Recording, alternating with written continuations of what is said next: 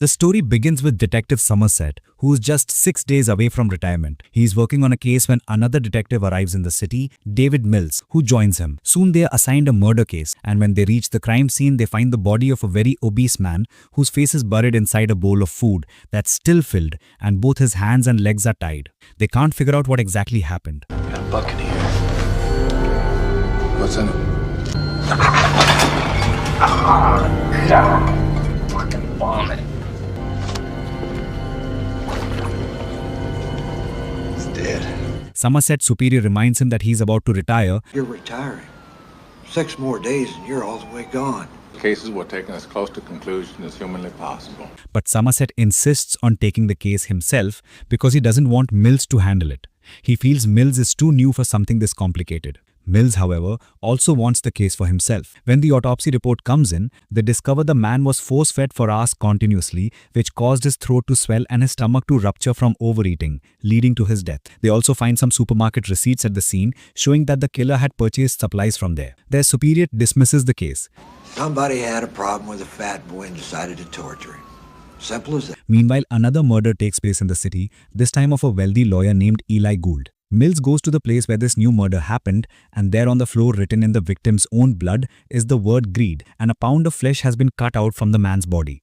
On a large portrait of the victim's wife that hangs in the room, the killer has also drawn round eyeglasses. But nothing concrete can be proven yet. Later, Somerset's superior approaches him, asking him to work on the case as well, and hands him a plastic bottle containing something strange. Along with food, fragments of wooden splinters were found inside the stomach of the obese victim. After seeing this, Somerset returns to the first crime scene, and there he notices thin wooden strips pulled out from the wooden floor caused by moving the refrigerator back and forth. When they push the fridge aside, they find 2 pieces of paper hidden behind it. One reads, "Long is the way and hard that out of hell leads up to light." Somerset explains to his superior that this line is from a book and that it means this is only the beginning. On the second piece of paper, it is written gluttony, referring to overeating, while the second murder is marked greed. Somerset then explains to his superior and Mills, There are 7 deadly sins, Captain. Gluttony, greed, sloth, wrath, pride, lust, and envy.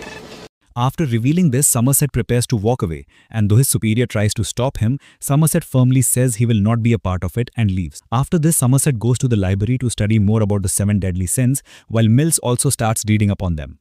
Meanwhile, Mills's wife Tracy invites Somerset over for dinner at their home. All right already. After dinner, Somerset and Mills sit down to discuss the second murder, the one involving the lawyer. During their conversation, Mills shows Somerset some photographs from the crime scene, including one where the killer had drawn round eyeglasses over the victim's wife's portrait. Somerset suggests that maybe the glasses were meant to draw attention to something specific, to force them to notice something. But aside from that, there are no other clues, no fingerprints, no witnesses, nothing. At this point, the 2 murders don't appear to be connected, since no clear evidence ties them together. Later, they visit the lawyer's wife whose portrait had been marked and show her all the photos. As she carefully studies them, she notices something unusual. A large framed picture on the wall in one of the photos is upside down. She points this out to them, and so Somerset and Mills return to the crime scene. They take the picture of the wall, tear it open but find nothing inside. Then they carefully examine the wall where the frame had been hanging, and hidden behind it is a secret message scratched into the wall that reads, "Help me." Along with the message, they also discover fingerprints. The prints are traced back to a known criminal with a long record, including drug dealing, theft, rape, and more. And now they have his address. Now they all head to the address connected to the fingerprints, expecting to catch the suspect. But when they arrive, they find a horrifying sight. The man they thought was the killer is actually tied to a bed, reduced to a skeleton-like figure, his body covered with countless sores and wounds. Everyone is shocked beyond belief. During the investigation, they suddenly realize that the man, whose name is Victor, is not dead at all. He's still alive. They rush him to the hospital where the doctor explains that Victor hasn't been able to move for at least a year. His body shows traces of antibiotics and drugs that kept him barely alive all this time. Somerset asks if Victor tried to say anything, but the doctor tells him that Victor had cut out his own tongue long ago. The pain, the trauma, and the suffering he has endured are unimaginable, and if anyone tried to question him, the shock alone would kill him instantly. Now they have a living witness, but he's completely unable to speak, leaving them frustrated and powerless. Somerset is deeply disturbed by this. That night, he receives a call from Tracy, who says she wants to meet him. The next day, Somerset meets her, and she confides in him that she is pregnant, but Mills doesn't know yet. She admits that she doesn't want to raise a child in such a violent, crime-ridden city. Somerset listens quietly and then shares a painful memory of his own. Long ago, he deeply loved a woman and they lived together like husband and wife. When she became pregnant, he didn't want to bring the child into such a cruel world and he convinced her to have an abortion. She went through with it. Somerset says he knows his decision was the right one. I'm positive that I made the right decision. But there's not a day that passes that I don't wish that I made a different choice. Keep the baby. I mean, that's your decision. Don't ever tell him that you were pregnant.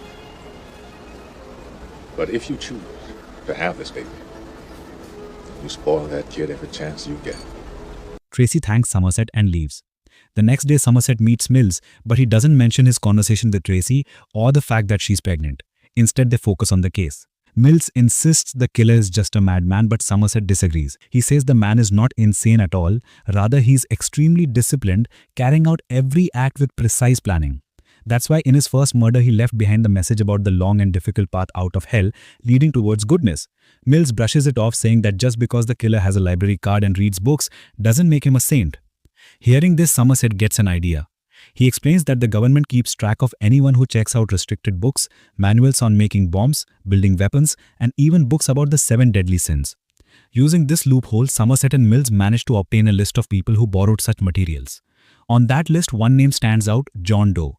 They trace his address and head to his apartment. But when they get there, the door is locked. Just then, down the corridor, a man appears carrying a bag in his hand. When the man notices them, he steps forward, pulls out a gun, and opens fire on both detectives. They manage to dodge the bullets, and he runs off, confirming their suspicion that he is indeed the man they've been searching for. Mills chases him through the streets, but when he corners him in an alley, the suspect ambushes Mills, knocking his gun away. Pressing his weapon against Mills's head, John Doe has the chance to kill him, but he doesn't. Instead, he lets Mills live and walks away. Somerset soon arrives, and together they head back to John Doe's apartment, calling in their team for support. Inside, they uncover a disturbing collection of evidence: a receipt from a leather shop, a photograph of a young woman, and even a photo of Mills himself, taken secretly. Mills suddenly remembers that during one of the earlier investigations, a photographer had snapped his picture, and he now realizes that was John Doe in disguise. Mills has a sketch artist recreate his face, and at last, they know exactly who John Doe is. While they're still processing the crime scene, the phone rings. Both detectives rush to answer it, and on the other end is John Doe. Calmly, he praises them for finding his home and apologizes for injuring one of them, saying he never intended to. But then he warns them that he will now change all of his plans, and he hangs up. Following this lead, Somerset and Mills head to the leather shop mentioned on the receipt they found, and they begin questioning the shopkeeper. Soon, they learn the identity of the young woman whose photo they had found in John Doe's apartment. When they arrive at her location, they discover she has been brutally murdered, and written in her blood is the word lust. She had been a prostitute, and John chose her to represent one of the 7 deadly sins. But this time, he didn't kill with his own hands. Instead, he forced another man at gunpoint to carry out the murder exactly as he commanded. Both Somerset and Mills are horrified. The next day, a call comes into the police station. It's John Doe again. He says he has killed once more. This time, the victim is a model. When the detectives reach the crime scene, they see her face has been horribly mutilated. In one of her hands is a bottle of pills, and in the other is a telephone. John had given her a cruel choice: either call for help and live with her disfigurement, or swallow the pills and end her life. Unable to bear the torment, she chose the pills, killing herself. On the wall, written in her blood, is the word pride. At this point, 5 of the 7 deadly sins have been carried out. The detectives return to the police station, and to their shock, John Doe himself suddenly walks in. Yes, I'm gone. No big surprise. Detective! You're looking for me. His hands are covered in blood, and he calmly surrenders. Now! Toes on the ground! Demanding to speak with his lawyer. When the lawyer arrives, he informs Somerset and Mills that John has confessed to 2 more murders. He explains that his client will reveal the details of the last 2 murders only if Somerset and Mills personally accompany him to a specific location. If they refuse, John will plead insanity and escape justice. But if they agree, he promises to give a full written confession. Left with no choice, the detectives agree. By now, 5 sins have been completed: gluttony, greed, sloth, lust, and pride, and only 2 remain: envy and wrath. The 3 of them drive out together, with a police helicopter trailing at a distance so John doesn't notice. During the ride, John calmly tells them that every victim he chose was guilty and deserved punishment. He speaks without anger, his voice chillingly controlled. Eventually, they arrive in the middle of a desolate desert. Suddenly, a delivery van approaches. Mills keeps John at gunpoint while Somerset goes to intercept the driver. The courier nervously explains that he was instructed to deliver a package for a man named John, drops off a box, and drives away. Somerset opens it and is horrified.